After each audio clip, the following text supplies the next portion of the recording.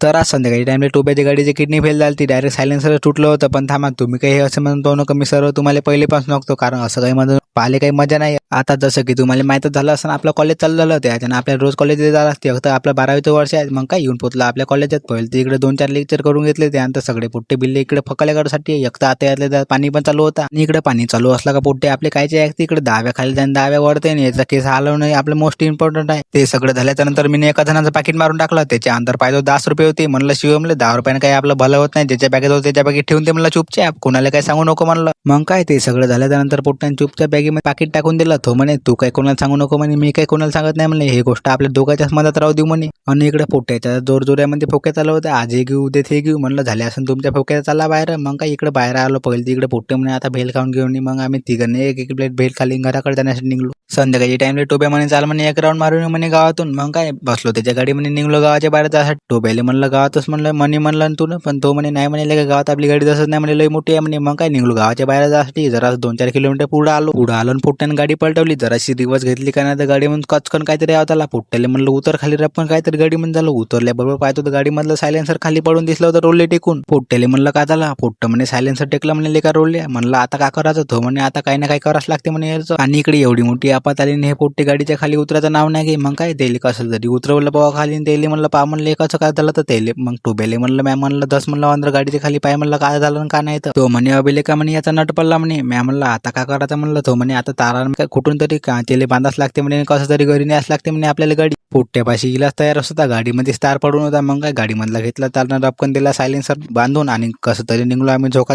घराकडे जाण्यासाठी. कल्ल्या काठून जे पायतीवरच होता, डबल तुटलं घेतलं रपकन उतरता येते म्हणे. चला तर पोट्टे आजच्यासाठी आता जातो आम्ही घराकडे, भेटू उद्याच्या व्हिडिओमध्ये. तर ह्याच गोष्टीवर फॉलो करून घ्यायचा पोट्टे.